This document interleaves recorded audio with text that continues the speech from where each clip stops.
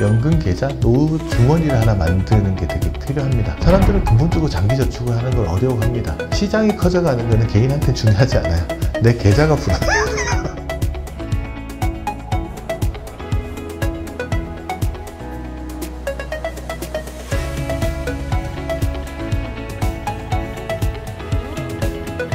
안녕하세요.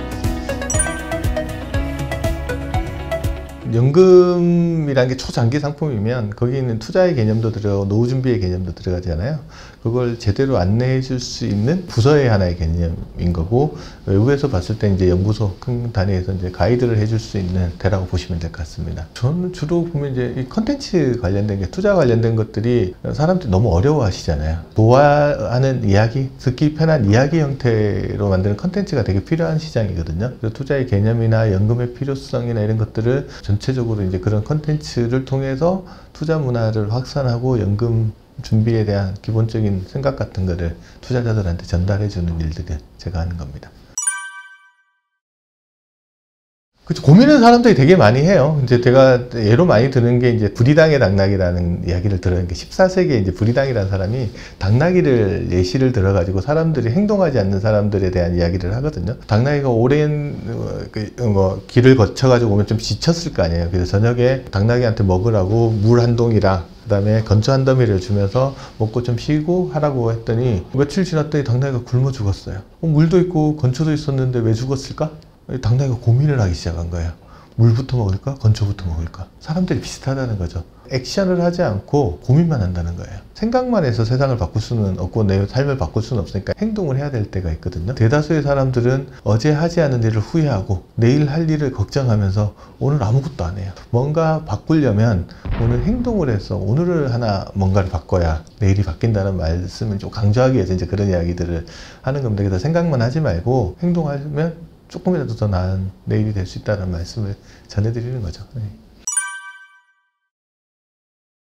일단은 자기만의 연금 계좌, 노후 주머니를 하나 만드는 게 되게 필요합니다. 사람들은 선언 효과라는 게 있어요. 매달 얼마씩 적립할 거야 라고 선언을 하는 것만으로도 사람들 그걸 지키려고 하는 성향들이 있거든요. 그런 선언들 잘 안 해요. 그래서 일단 선언 효과를 좀 활용하실 필요도 있다는 말씀을 한번 드리고, 뭐 작심삼일 하면은 3일 뒤에서 또 결심하면 되듯이 주기적으로 자기 계좌들을 만들어 놓고 이제 저축을 하겠다는 결심해야 되는데, 그러면 어디다가 선언을 할 거냐. 근데 그러면 연금에 관련된 개념들을 잘 좀 보셔야 되는데, 사람들은 근본적으로 장기 저축을 하는 걸 어려워합니다. 왜냐하면 진화학자들은 뭐라 그러냐면, 사람들이 내일 점심 뭐 먹을까 저녁 뭐 먹을까는 고민을 해도 30년 뒤에 노후 생활을 뭐 할까를 고민하고 살지를 않았거든요. 그렇게 살아왔던 사람들이 지금은 20년 뒤 30년 뒤에 뭔가를 준비해야 되는 거기 때문에 근본적으로 그걸 잘 하지 못하는 구조로 되어 있다. 그리고 장기 저축을 한다고 할 때 중간에 수많은 유혹들이 들어오잖아요. 그러다 하다 보면 아이고 또 딴 거가 더 급한 게 생겨서 못하게 되는 거거든요. 그럴 때 이제 많이 예를 드는 게 뭐냐면, 우리 뭐 스타벅스 같은 데 가면 사이렌이라는 거 그렇잖아요. 사이렌이 어디냐면은 그리스 로마 신화에 나오는 요정이거든요. 근데 오디세우스라는 장군이 트로이 전쟁을 이기고 고향으로 돌아가는 길에 사이렌이 너무 아름다운 노래를 불러요. 이 노래를 듣고 나면 사람들이 거기 홀려가지고 다 바다로 떼어내서 죽는 거예요. 근데 이 오디세우스 장군은 죽기는 싫고 사이렌의 노래는 듣고 싶은 거예요. 그래서 어떻게 할까 고민하다가 부하들은 길을 다 막아버려서 노래를 못 듣게 하고, 오디세우스 장군은 자기를 길은 열어놓고 바다에 못 뛰어들게끔 돛대에 몸을 묶으라고 하거든요. 유혹으로부터 자기를 지켜내기 위해서. 그래서 해외 같은 데 보면 연금과 관련된 설명을 할 때 연금에 가입한다라는 표현을 뭐라고 쓰냐 그러면 오디세우스 약정을 한다고 그래요.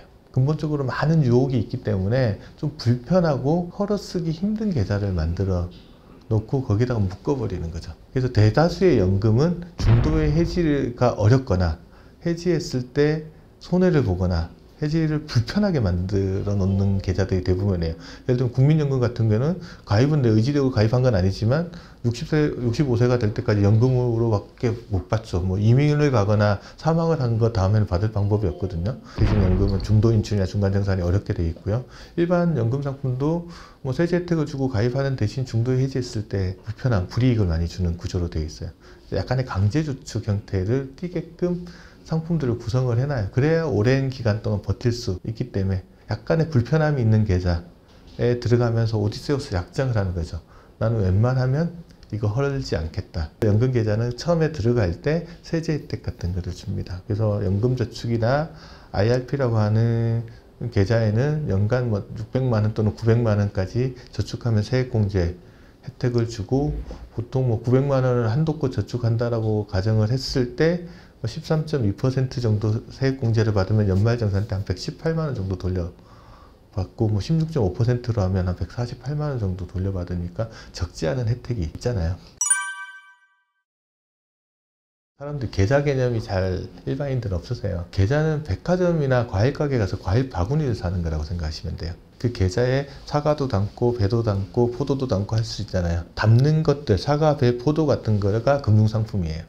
IRP 계좌나 연금저축 계좌를 산다는 말은 이 바구니를 사는 거고, 그 바구니에 어떤 상품을 담을지는 자기가 결정. 그 바구니에 배만 다 담을 수도 있고, 아니 나는 그래도 배 하나 먹고 사과 하나 먹고 이렇게 할 수도 있죠. 그러면 뭐 ETF도 미국 ETF 하나 담고 한국 거도 하나 담고 뭐 일반 금융상품도 예금도 하나 담아놓고 이렇게 하는 것도 충분히 가능해요.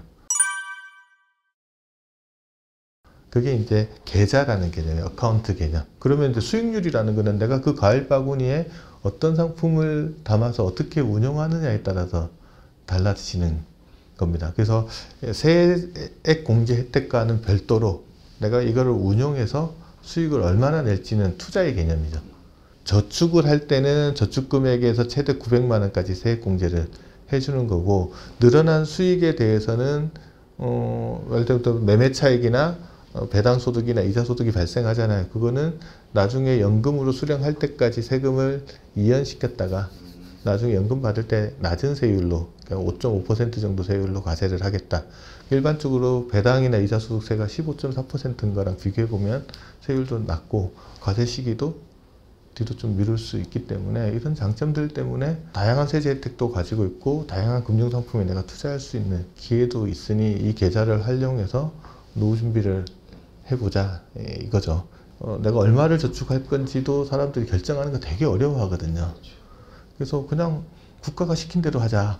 처음에는 국가가 뭐 600만 원까지 세액 공제해주면 나누기 12하면 50만 원 정도 되는 거잖아요. 뭐 최대 50만 원 범위에서 꾸준하게 자동이체 시켜가지고 적립을 하고, 900만 원까지 세액 공제를 받을 수 있으면 IRP 계좌까지 같이 동원해서 한 달에 75만 원씩 꾸준히 저축을 하면 900만 원 세액 공제를 받을 수 있잖아요. Just keep buying이라고 그러거든요. 꾸준하게 사는 것만큼 좋은 수익률을 가져다 주는 게 없어요. 그래서 꾸준하게 하고, 40대에 저축을 해서 60 될 때까지 20년 동안 꾸준히 난 노후 저축을 해서 운영을 하고 싶어. 그러면 900만 원씩 10년을 하면은 원금만 9천만 원이죠. 20년을 하면 원금이 1억 8천 정도 되거든요. 그래서 한 3%에서 4% 정도 수익만 내면 은퇴하는 시점에 2억 5, 6천 정도 이상 되는 금액을 가져갈 수 있어요. 3, 4%면 정기예금 수익률보다 조금 그 정도 운영하는. 투자해서 수익을 좀 더 내면 좀 더 많은 돈을 가져갈 수 있을 거고요. 서로 간의 윈윈이라고 보면 제일 좋을 것 같아요. 증권사도 수익을 얻기 위한 그 회사니까, 주식회사니까 고객의 노후 준비를 도와주고 거기에 대해서 정당한 대가로서 수수료를 일부 가져가는 게 금융회사잖아요. 나쁜 짓을 해서 얻는 게 아닌다면 충분한 일해준 대가에 대한 수수료를 받는 거는 어디 가나 하는 거고, 그렇다고 했을 때 고객 입장에서는 노후 준비를 할 수 있는 수단이나 툴이나 조언 같은 것들을 받고 상품을 공급받을 수 있으니까 좋은 거고, 금융회사는 그걸 통해서 회사도 이익을 가져가지만 평안한 노후 준비를 위해서 아니 성공적인 자산 관리를 하는데 어시스트 해주는 역할이죠. 그리고 모든 게 인력도 있어야 되고 인프라도 구축해야 되는데 그것도 비용이 들어가는 부분들이라서 그런 것들을 개인이 하기 힘든 부분들을 금융회사가 지원을 해주고 서로 간에 윈윈하는 관계로 보시는 게 훨씬 더 낫죠. 커져가고 있고, 이건 일단은 아직은 적립하는 사람들이 더 많으니까 불입하는 금액들이 커져가고 있고, 퇴직연금 시장도 2005년도에 생겨서 한 20년 다 돼가는데 거의 400조가 넘어가는 시장이 있죠. 근데 뭐 시장이 커져가는 거는 개인한테 중요하지 않아요. 내 계좌가 불어나야 돼요. 맞습니다. 시장이 아무리 커져가도 내 계좌가 비어있으면 의미가 없기 때문에 그 시장의 움직임에 맞춰서 내 계좌를 만들어서 한번 고민을 해봐야 돼요. 그래서 처음에 사회생활 시작하시는 분은 제일 먼저 나 노후 준비할 여력이 안 된다, 나중에 해야지, 이런 생각하시는 분은 일단 자기 퇴직급여 계좌를 들여다보셔야 돼요. 우리 회사의 퇴직금 제도는 어떻게 돼 있냐. 우리나라는 법으로 1년 이상 주 15시간에서 한 달에 60시간 이상 근로한 근로자가 퇴직할 때 퇴직금을 줘야 되게끔 돼 있거든요. 이거는 퇴직금을 줘야 된다는 말은, 이거는 회사 입장에선 부채고 근로자 입장에선 자산이잖아요. 이 돈이 어디 보관되어 있냐 그러면 회사에 보관되어 있거든요. 근데 회사가 잘못될 수도 있잖아요. 내가 퇴직하기 전에. 그럼 그 돈을 회사의 내부에 보관했다가 못 받을 수도 있겠네? 실질적으로 임금 체불의 상당수가 퇴직급여 체불이 많거든요. 이걸 피할 수 있는 방법이 뭐가 있을까? 고민을 하겠죠. 그럼 이거를 회사 내부에 두지 말고 회사 바깥에 금융회사에 두면 회사가 망하더라도 근로자가 그 돈을 받아갈 수 있지 않을까? 여기서 시작된 게 퇴직연금 제도예요. 그리고 그걸 나중에 노예연금 형태로 수령하게끔 하는 건데, 그러면 우리 회사는 퇴직금 제도인가 아니면 퇴직연금 제도를 도입하고 있는가, 일단 한번 확인을 해봐야 될 거 아니에요. 두 번째는 이 바깥에 금융회사에 돈을 옮겨놨어요. 그럼 그 돈을 누가 운영할 거냐. 회사에서 맡겨놨으니까 회사가 운영하고, 그냥 수익 나는 것도 회사가 갖고 손해보는 것도 회사가 책임지고, 원래 퇴직금에 주던 만큼만 그냥 근로자한테 돈만 주자. 운영을 회사가 하는 거죠. 이거를 주는 돈이 정해져 있다가 Defined Benefit이라고 해서 확정급여형 DB라는 제도를 써요. DB라는 거는 회사가 다 운영을 하고 그냥 자기는 원래 퇴직금 제도로 있던 것만큼만 받는 거예요. 근로자는 운영은 신경을 별로 안 써도 되고, 기존의 퇴직금 제도랑 달라진 게 있다 그러면 돈을 회사 바깥에 보관하기 때문에 문제가 생겨도 받을 수 있다, 안전하다, 이 부분만 달라진 거라고 보시면 돼요. 근데 DC라는 거는 뭐냐면 Defined Contribution, 회사가 부어주는 돈만 딱 정해져 있고, 부어준 돈을 운영하는 거는 근로자가 알아서 해. 그러니까 근로자가 운영하는 거예요. 그러면 근로자는 자기 퇴직계좌, 내 이름으로 된 퇴직계좌를 하나씩 다 가지고 있을 거예요. 거기다가 1년 일할 때마다 한 달치 이상 정도 되는 급여를 회사가 이렇게 부어주거든요. 그럼 그 돈 들어와 있는 걸 내가 어떤 금융상품에 투자할지 하는 거죠. 그러면 DC라는 건 하나의 계좌예요. 거기 들어와 있는 돈을, 아까 제가 과일 바구니라 말씀드렸잖아요. 그 과일 바구니에 들어와 있는 돈 가지고 어떤 과일을 살지는 선택이죠. 그러면 내가 내 퇴직연금을 관리해주는 금융회사가 어떤 금융상품을 제공해주는지도 되게 중요할 거 아니에요. 그래서 예를 들면 증권사 같은 데 오면은 뭐 투자상품도 있고 원리금 보장상품도 있고, 투자상품 중에는 예를 들어 요즘 인기 있다고 하는 ETF 같이 뭐 실시간으로 거래를 할 수 있는 그런 상품들도 있고, 펀드도 있고, 은행 가면 ETF는 투자는 할 수는 있는데 실시간 거래는 안 되고, 이런 또 차별성이 있잖아요. 우리가 과일 가게 갈 때도 고르잖아요. 어떤 과일 가게 좋냐, 과일을 다양하게 주거나 신선한 과일이 있거나 이런 문을 잘 열고 들어가야 되잖아요. 그래야지 좋은 과일 바구니로 구성할 수 있으니까. DC형 계좌 같은 경우에는 회사가 그거를 선정을 해놔요. 우리 회사는 어떤 금융회사랑 우리가 퇴직연금 관리 계약을 맺고 있어 라고 하면, 은행도 있고 증권사도 있고 보험사도 있으면 그 중에 너네가 필요한 걸 선택해 라고 할 겁니다. 그러면 그 중에서 다양한 회사를 선택해 놓은 회사도 있을 거고, 하나만 또 해놓은 회사도 있을 거거든요.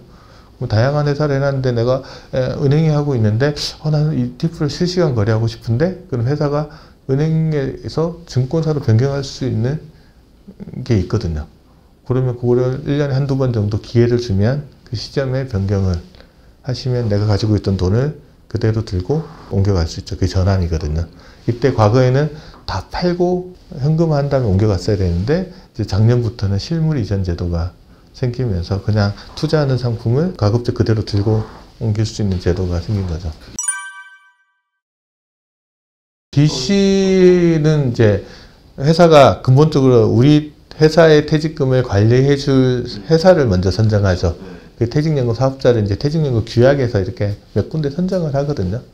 그러면 회사가 상시로 이렇게 전환을 다 받아주는 데가 있기도 하지만, 대부분은 이게 업무가 있기 때문에 1년에 한두 번 정도 기간을 딱 정해가지고, 언제 퇴직연금 사업자를 바꾸실 분들은 이때 이 기간에 신청하세요 라고 신청을 받을 거예요, 대부분은.